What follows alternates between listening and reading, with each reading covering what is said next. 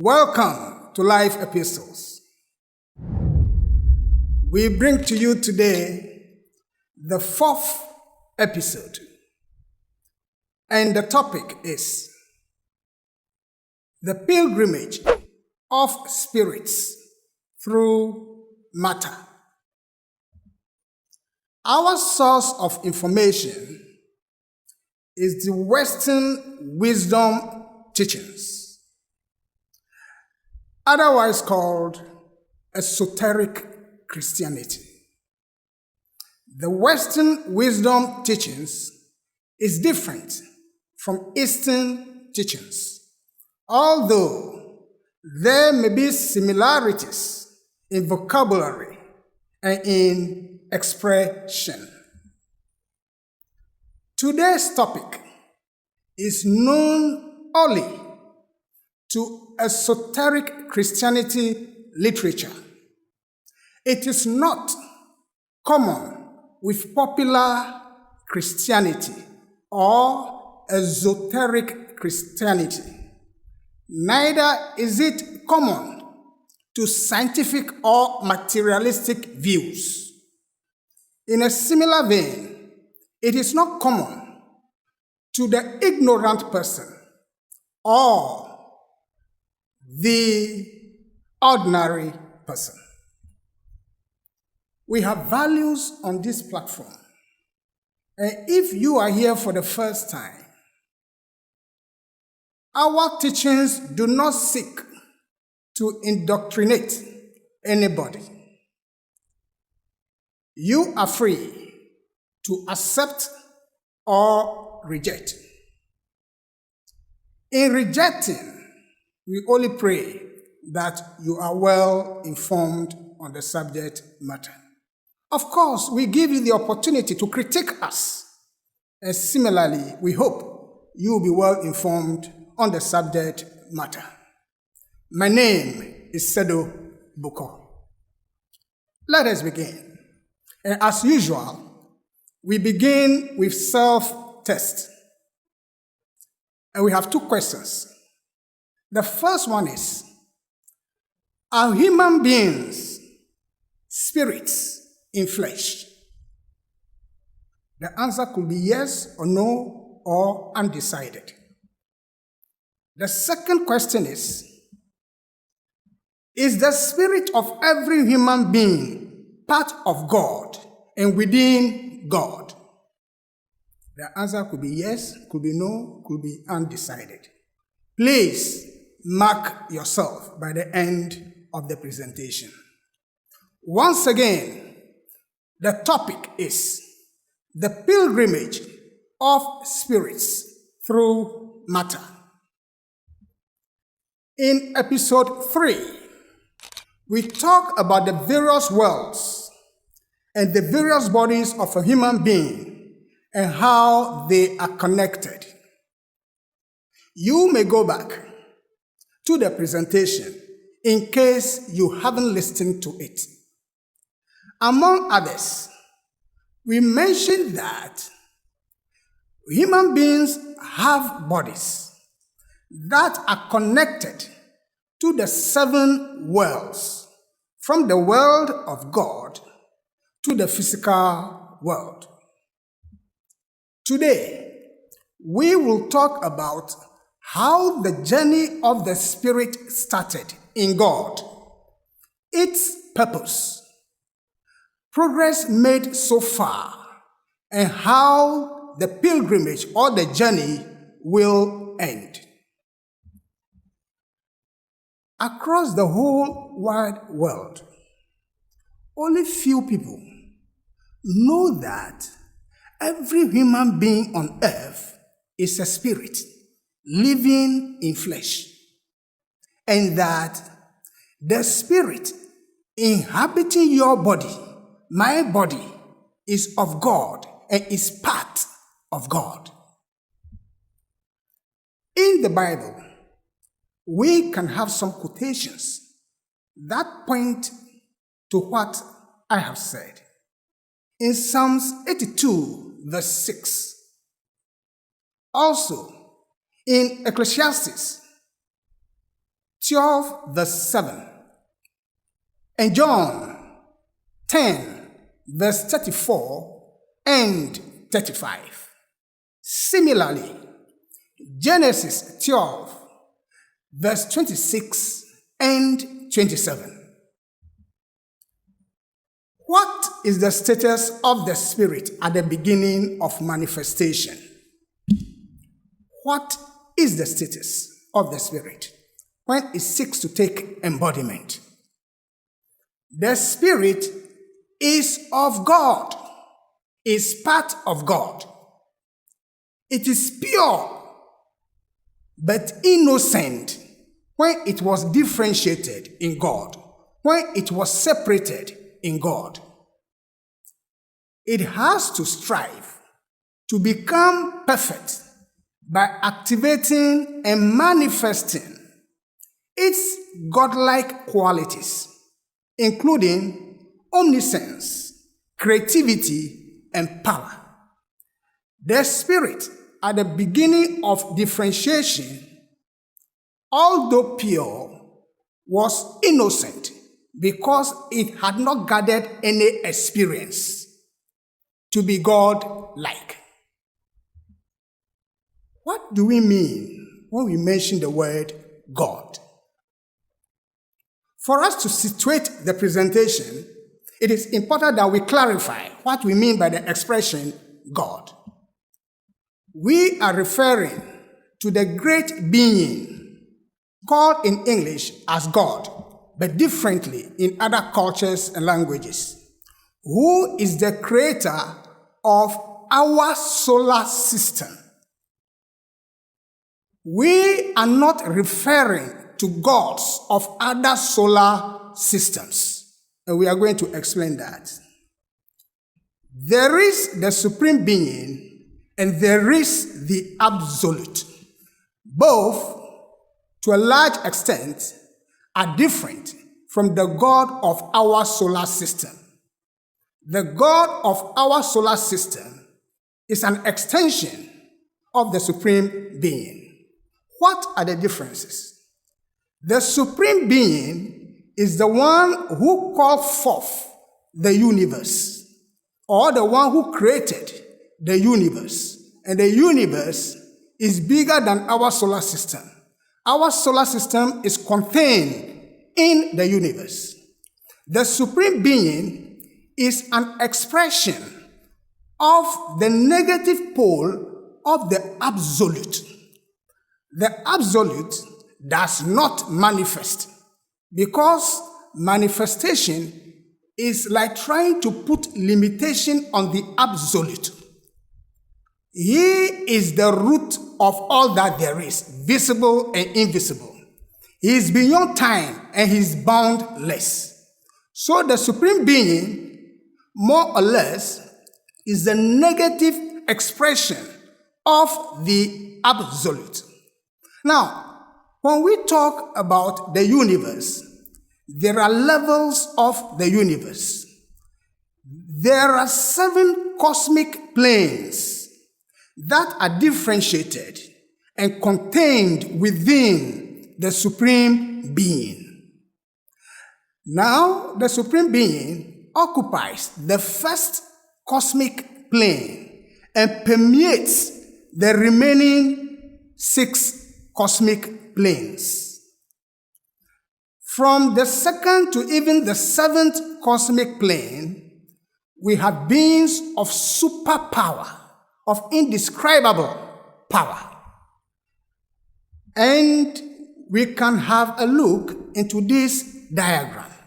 I would like you to concentrate on the left-hand side of the diagram, looking at the first cosmic plane where the supreme being dwells, and his extension covers through the 2nd cosmic plane, the 3rd cosmic plane, the 4th cosmic plane, the 5th cosmic plane, the 6th cosmic plane, and then the 7th cosmic plane. The 7th cosmic plane is where the worlds are. So, from the 1st to the 6th cosmic planes, there is nothing like form or material. The beings over there do not even manifest themselves in form. But on the seventh cosmic plane, forms exist. More or less, that is where we find the universe. Solid, liquid, and gas manifesting as the universe is at the seventh cosmic plane. And the universe, we know, is vast. It contains billions of solar systems and galaxies. Wikipedia.org gives us a picture of the universe, but this is just a minute aspect of it. The universe is bigger than this, contains billions upon billions of solar systems, planets, and galaxies. Google says that everything we know, everything we see regarding the universe is just 5% of what there is about the universe. The remaining 95% is stuff that we can't see and we don't yet understand. So, if we are struggling to understand the seventh cosmic plane where the universe is situated, how about the sixth, the fifth, the fourth, the third, the second, and the first cosmic planes, which increase exponentially? Let us remember that the universe, as vast as it is, containing billions of solar systems and galaxies, is the smallest among the seven cosmic planes. So our minds cannot fathom it out. It's so huge. That is what we are talking about. The place of the God of our solar system, operating on the seventh cosmic plane, where worlds are formed. How about the spirit? What do we mean by it?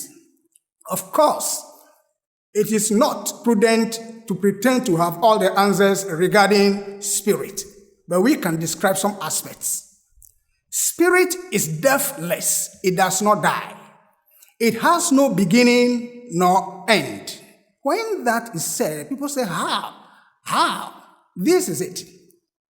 In the three-dimensional physical world, time works. But beyond the three-dimensional world, time does not apply. And the spiritual worlds have higher vibration and rules, laws that are different from what we have in the physical world. The home of the spirit is in the spiritual world, not the physical world. It's not the physical world that gave birth to the spirit. It is the spirit that descends into the physical world. So when we say the spirit is deathless and timeless, it is because its home there is nothing like time. Spirits seek expansion in consciousness. This is very important. Spirits seek expansion in consciousness, will, and power. And as such, they crystallize portion of themselves into what we call form, material. By so doing, spirits learn by experience using that form or those forms, and at the end dissolves the form. In dissolution of the form, spirit assimilates the experience that it has gained from the use of the form. After some rest, what we mean by rest is that it does not function in the physical world anymore, but works in the spiritual world. After some rest, it re-emerges in form to continue from where it left off in the previous manifestation. It is a spiral progression, an everlasting process. But here is the catchword. There are grades of spirits at various levels of consciousness, capacity, and ability.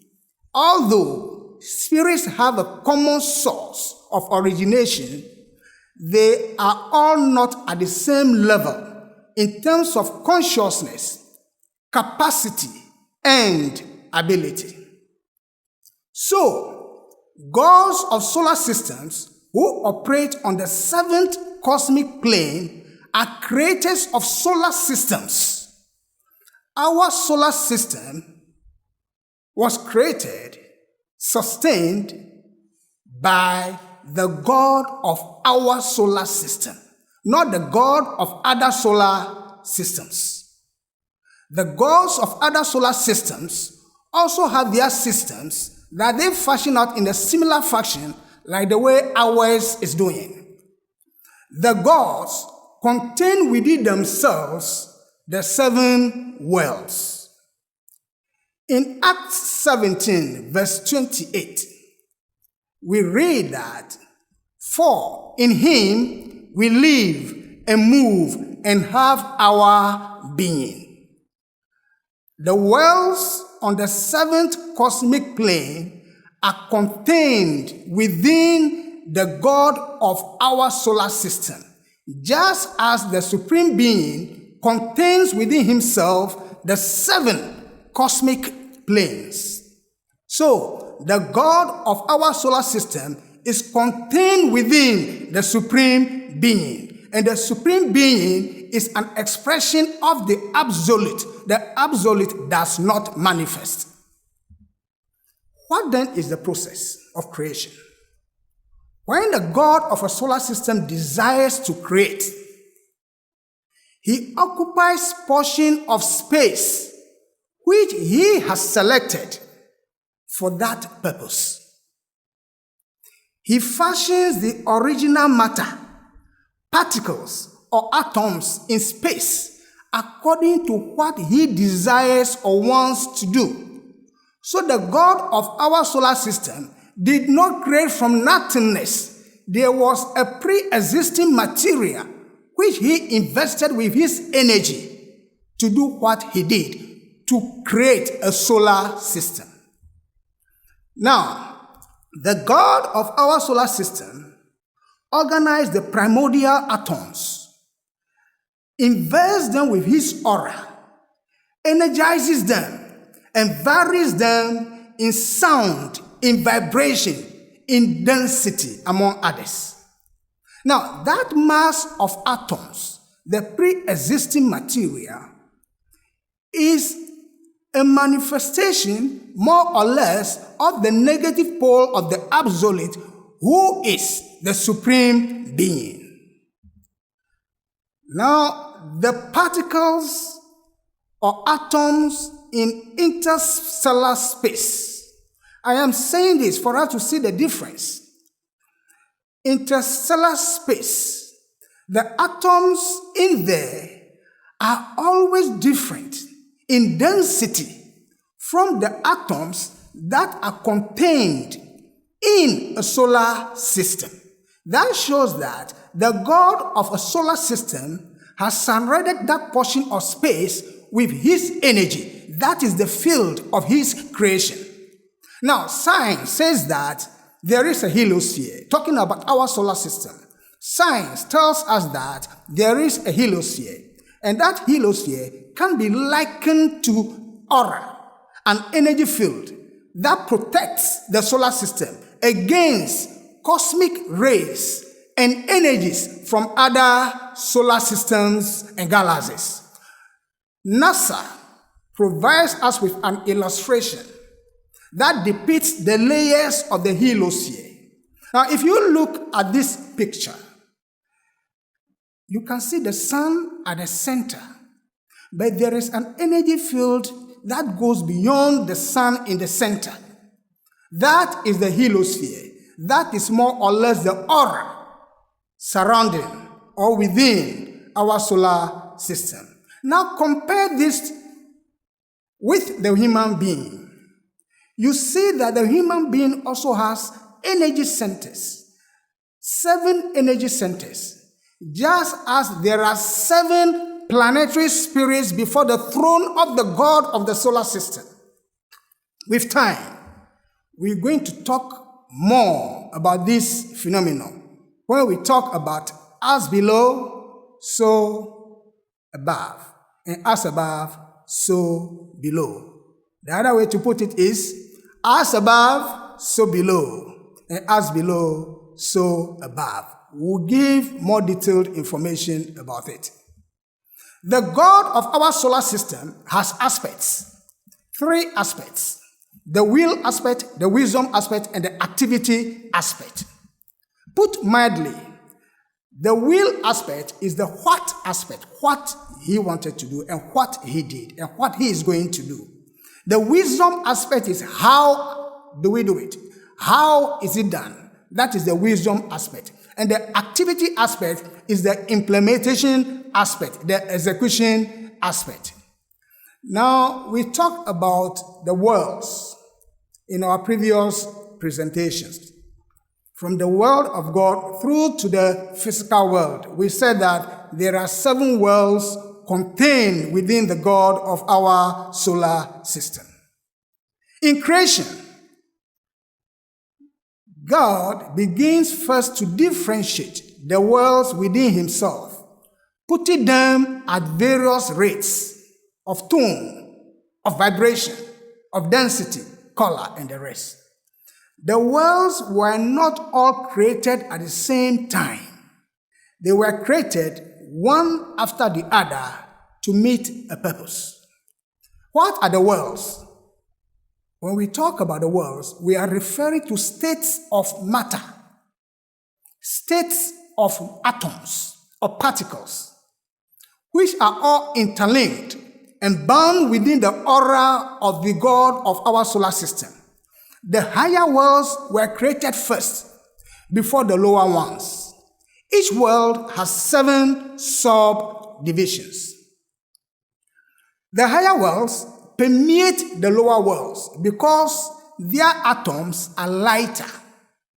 The lower worlds do not permeate the higher worlds because their atoms are denser.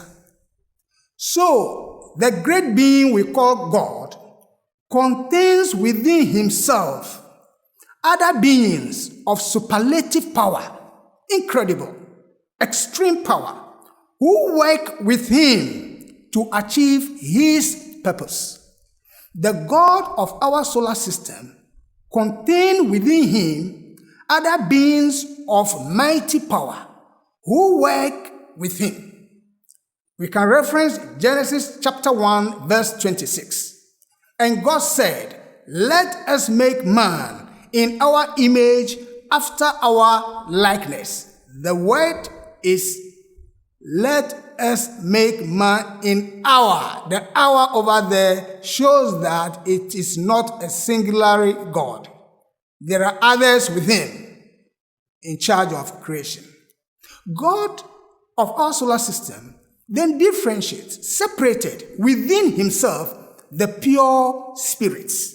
Those pure spirits we call life waves into the next lower world. And the next lower world below the world of God is the world of virgin spirits.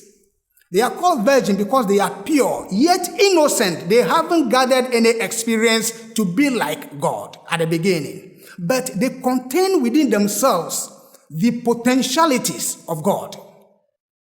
The virgin spirits contain within themselves the potentialities of God, which needed to be activated so that they can become like God. And some of these potentialities include epigenesis, the ability to bring something new, to create something new, and then will.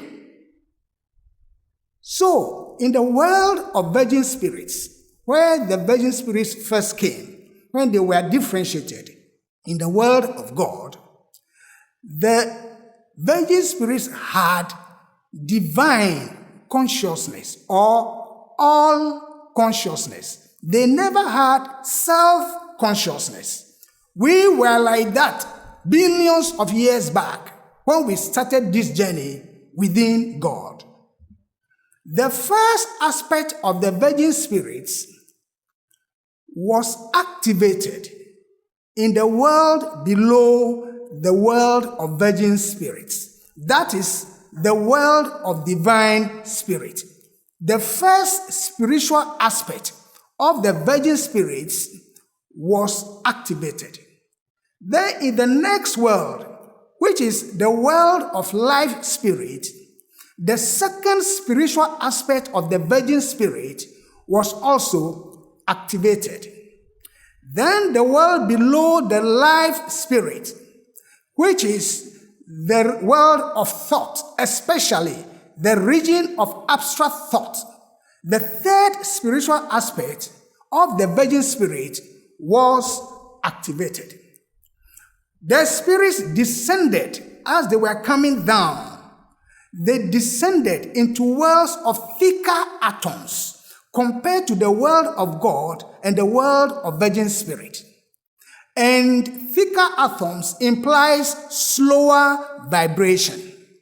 But as they descended, they began to lose their all consciousness. And that ended when they left the world of life spirit. That is where the all consciousness left the spirits, the virgin spirits.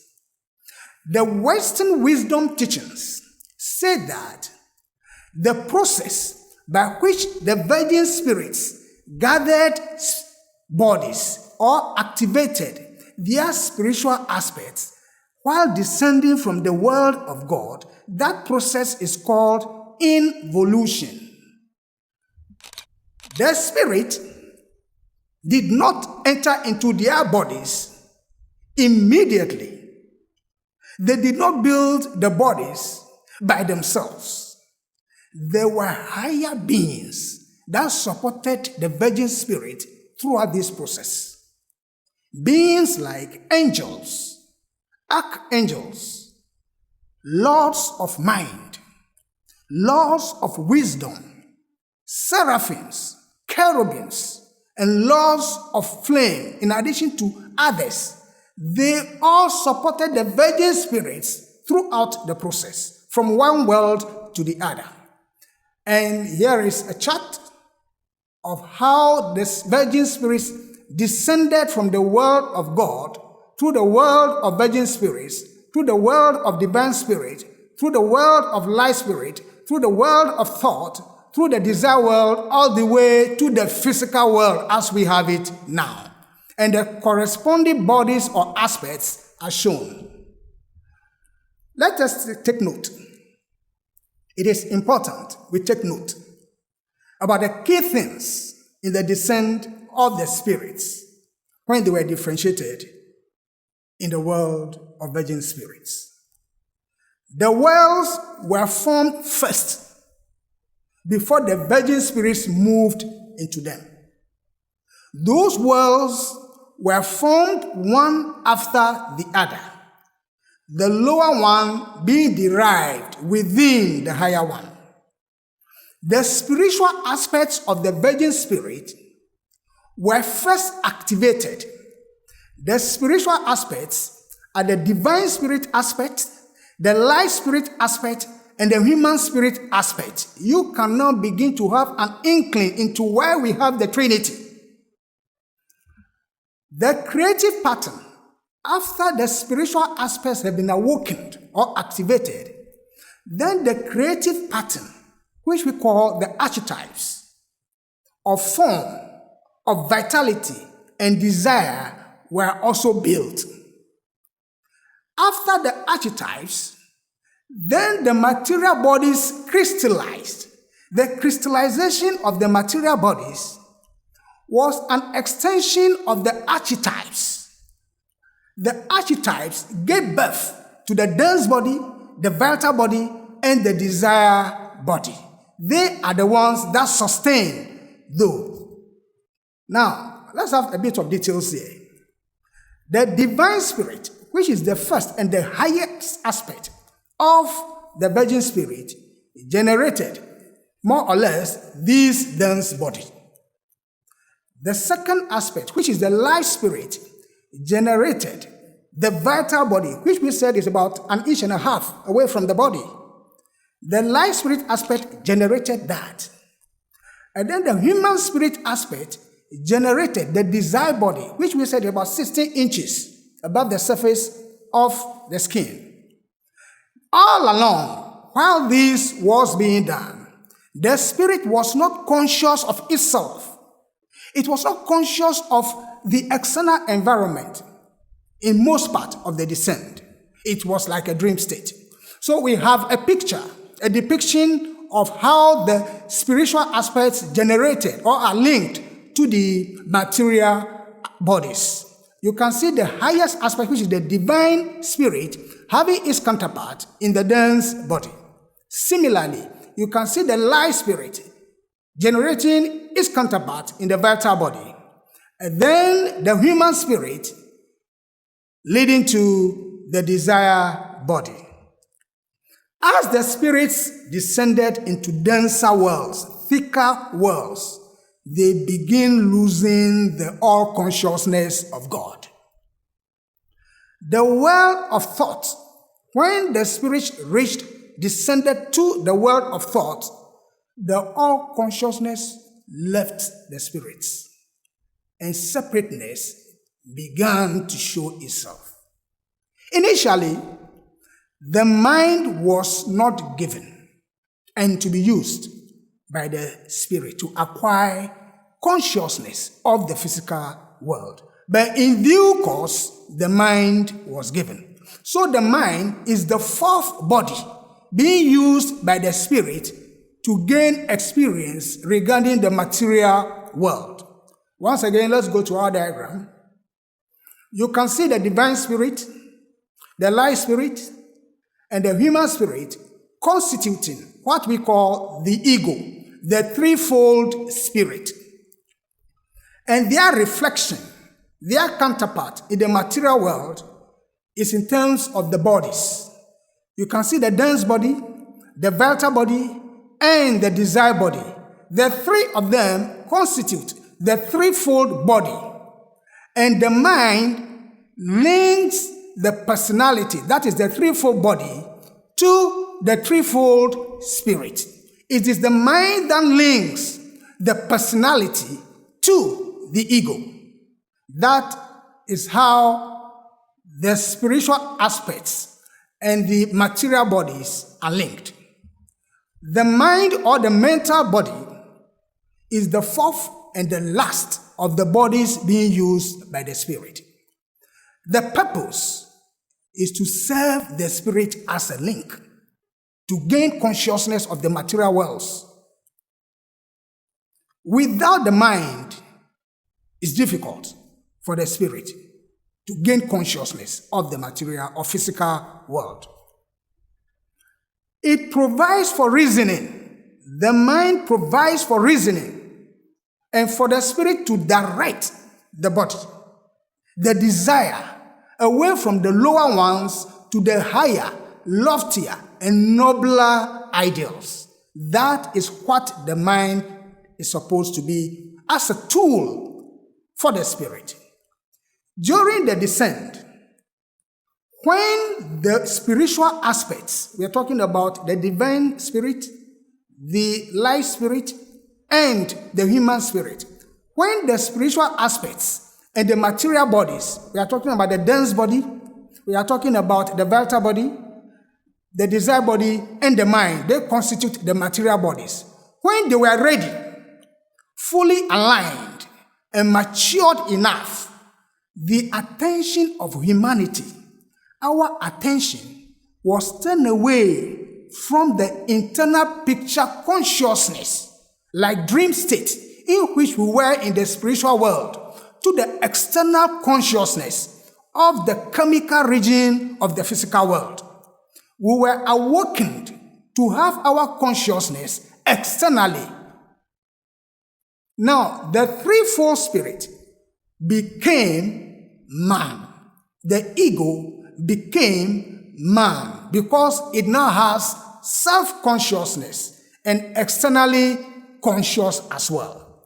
It can see itself, it can see others.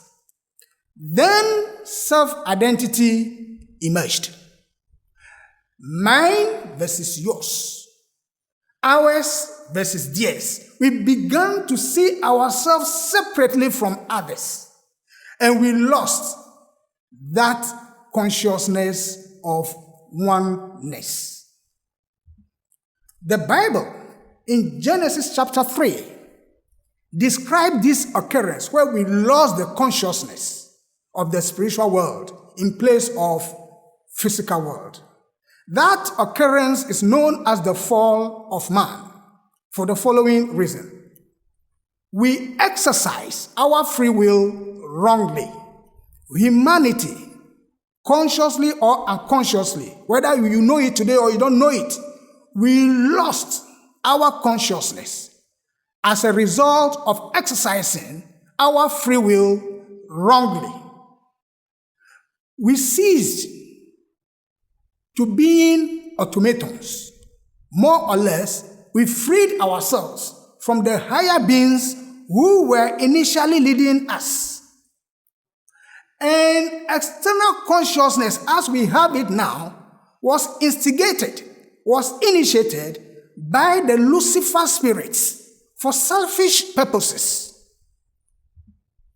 In time, we have a full esoteric presentation on the fall of man on this channel, where we'll look at it in depth. But for now, we'll continue. The threefold spirit, as we are now, acquired external consciousness when we reached the acme of materiality, the physical world. And from that time where we became externally conscious, self-conscious, we are required to expand our will, our genius, or our epigenesis and experience without any direct outside compulsion. Initially, we were being led, we were like automatons by the beings who I mentioned earlier on. But when we gain our external consciousness, then we are now required to use our own will, our creativity, and our experience to move forward.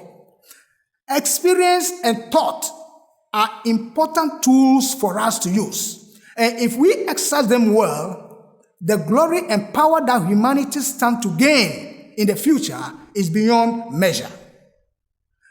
From the time that we gain our consciousness and begin to consciously use our free will, we begin to embark on what we call evolution, which is different from involution.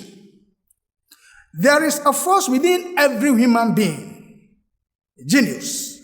It is a force within us that every human being is supposed to exercise. That genius, which is creativity, initiative, more or less separates one individual from the other. It depends on how you exercise that quality of God in you. The quality of genius or epigenesis gives us creative ability, which every human being is required to cultivate because we are creators in the future to come. Even now, we do, but a lower version of it. We are to be like God, and it is when we begin to use our creative ability that eventually we can become creators. For now, we have latent possibilities in us, and we are supposed to transform those latent possibilities into dynamic powers. In effect, evolution will enable us to have soul power. We say it, and it happens. And also creative mind. When we have sufficiently mastered the chemical region of the physical world, as we are doing now, we will then move to the next region or the next world. The next region being the etheric region, That will be our next area of expansion of consciousness and power. And when we have mastered the etheric region, we'll then move to the desire world. And it goes on on and on, like that. Once again, we have a pictorial presentation of it. We have the 7 stages in the material world. From the world of thought, to the desire world, to the etheric region, to the chemical region. When the spirit was coming down, which is involution, it was unconscious, but it went through all these worlds and regions. At the present moment, we, humanity, has completed half of the pilgrimage. We have gained self-consciousness of the chemical region of the physical world. Our journey now is to move upwards, consciously, no more unconsciously.